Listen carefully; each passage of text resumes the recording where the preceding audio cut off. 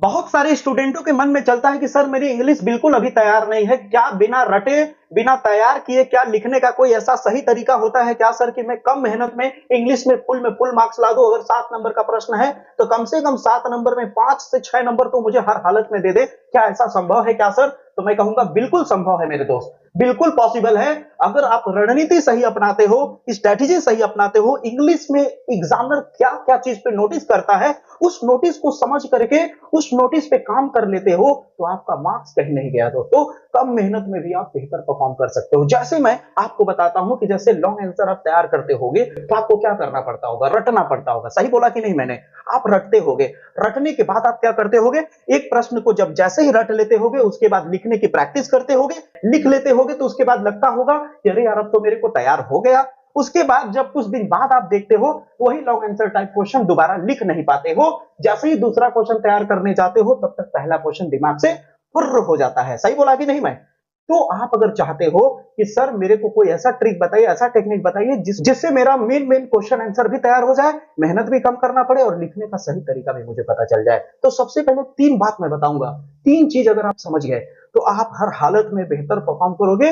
आप कुछ भी लिख के आओगे इंग्लिश में, थोड़ा बहुत बना के भी लिख के आओगे तो भी मार्क्स आपको पूरा पूरा वो देगा, ये मेरी गारंटी है। तो 3 चीजें क्या है? सबसे पहली चीज आप जानो, सबसे पहली चीज है प्रेजेंटेशन।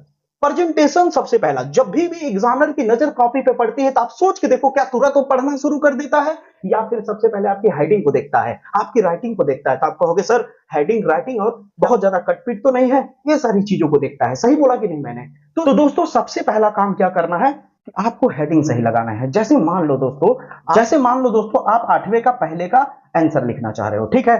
तो आप हेडिंग लगाओगे कैसे कि आंसर टू क्वेश्चन नंबर 8, ठीक है? और ब्रैकेट करके क्या डाल दोगे, ए डाल दोगे। तो याद रखना क्वेश्चन कभी नहीं उतारना है। बहुत स्टूडेंट गलती क्या करते हैं कि ब्लैक कलर से क्वेश्चन को ही उतार देते हैं, सोचते हैं कि क्वेश्चन को जब हम उतार देंगे तो एग्जामिनर को समझने में आसानी होगी। अरे भाई एग्जामिनर के पास आंसर शीट होता है इसलिए उसकी जरूरत नहीं पड़ती है, ठीक है? तो आपको क्वेश्चन उतारने की जरूरत नहीं है, पहली गलती तो नहीं करना है।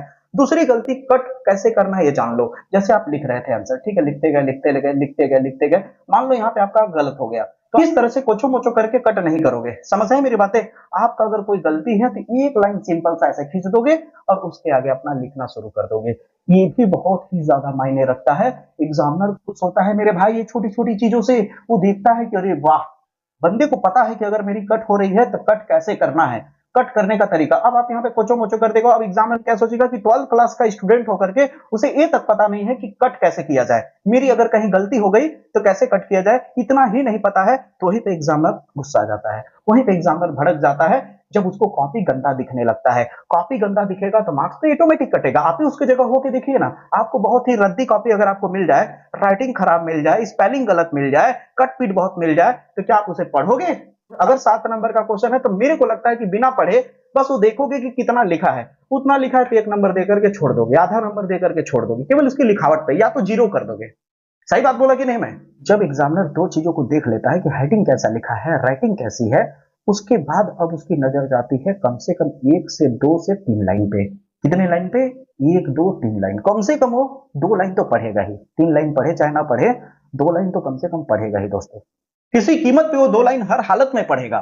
जब वो 2 लाइन पढ़ेगा ना मेरे भाई, जब वो 2 लाइन पढ़ेगा तो सबसे पहला देखेगा कि जो प्रश्न आपका पूछा गया उसका जवाब तुमने सटीक लिखा है या नहीं, क्योंकि वो पूरा पैराग्राफ पढ़ने नहीं जाएगा।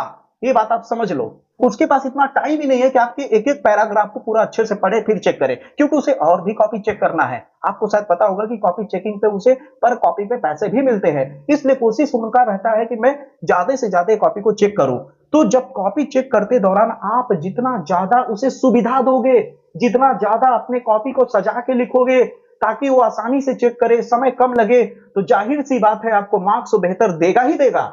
आप उसके जगह पे रहोगे तो आप भी मार्क्स बेहतर दोगे। सबसे पहला काम हेडिंग सही लिखना है, दूसरा राइटिंग सही लिखना है, और तीसरा जो भी आप क्वेश्चन का आंसर याद कर रहे हो रखना भूल जाओ। अब आप करो क्या, मैं आपको बताता हूं। जैसे कोई भी आप लॉन्ग आंसर टाइप क्वेश्चन देख रहे हो, ठीक है, तो उस प्रश्न को आप देखो कि उस प्रश्न का हिंदी मीनिंग क्या है। फिर उस हिंदी मीनिंग के बाद आप देखो मास्टरमाइंड खरीदोगे तो देखोगे प्रश्न के नीचे हिंदी लिखा रहता है, ठीक है। उसके बाद उसका आंसर पढ़ो। अब आंसर इंग्लिश में मत पढ़ो, आप हिंदी मीडियम को, जाहिर सी बात आप इंग्लिश शायद ना समझ पाओ उतना, ठीक है, या फिर आप समझ भी सकते हो। मैं ये नहीं कह रहा हूं कि कोई समझ ही नहीं सकता, बहुत लोग समझ भी सकते हैं, बहुत लोग नहीं भी समझ सकते हैं। तो मान के चलते कि आप इंग्लिश अगर डायरेक्ट पढ़ते हो तो आप समझ नहीं पाते हो, तो आपको रटना पड़ता है। तो आप करो क्या कि उसकी जो लिखे गए आंसर है उस आंसर को हिंदी में ट्रांसलेट कर लो, या तो चैट जीपीटी से ट्रांसलेट कर लो, या तो उसके नीचे हिंदी लिखा हुआ है तो हिंदी देख लो क्या लिखा हुआ है, उसके कहानी को समझो कि ये प्रश्न कहना क्या चाह रहा है और इसका कहानी क्या है। तब उसके बाद कम से कम ऊपर के 2 से 3 लाइन अच्छे से याद करो, ताकि पहला दूसरा लाइन आपका हर हालत में सही हो, स्पेलिंग सही हो, ट्रांसलेशन सही हो, राइटिंग सही हो। 2 लाइन अगर आपने खेल खेल दिया, 2 लाइन आपने गेम खेल दिया, या फिर 3 लाइन आपने गेम खेल दिया, फिर उसके बाद आप टूटी फूटी अंग्रेजी में लिखो ना मेरे भाई, जितना लिखना है। यही तो खेल है, यही तो खेल है। आप टूटी फूटी अंग्रेजी में लिखो, लेकिन उससे रिलेटेड लिखो। एग्जामिनर चाहता है कि उससे रिलेटेड लिखे बंदा, कोई एग्जामिनर भी नहीं चाहता है कि बच्चा रट के आए, एग्जामिनर भी नहीं चाहता मेरे भाई। एग्जामिनर चाहता है कि आप कम से कम कुछ तो उससे रिलेटेड लिखो, 50% तो कम से कम उससे मैच करता हुआ लिखो।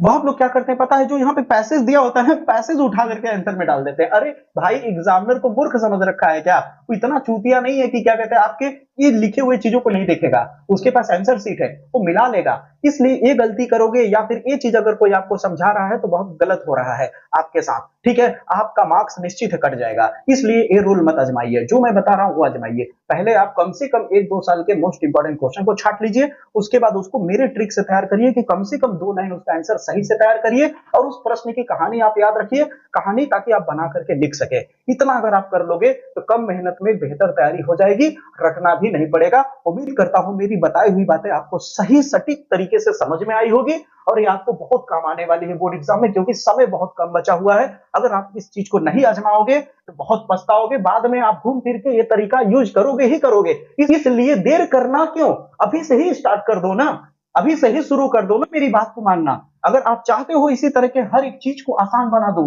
अंग्रेजी आप बेहतर से बेहतर परफॉर्म करके आओ, हिंदी में बेहतर से बेहतर परफॉर्म करके आओ, तो जल्दी से आप चैनल को सब्सक्राइब करके बेल आइकन प्रेस कर लो, ताकि मेरी मुलाकात आपसे बहुत जल्दी दोबारा हो। दोस्तों, मुलाकात करूंगा अगले वीडियो में इसी तरह के धमाकेदार। तब तक के लिए जय हिंद, जय भारत।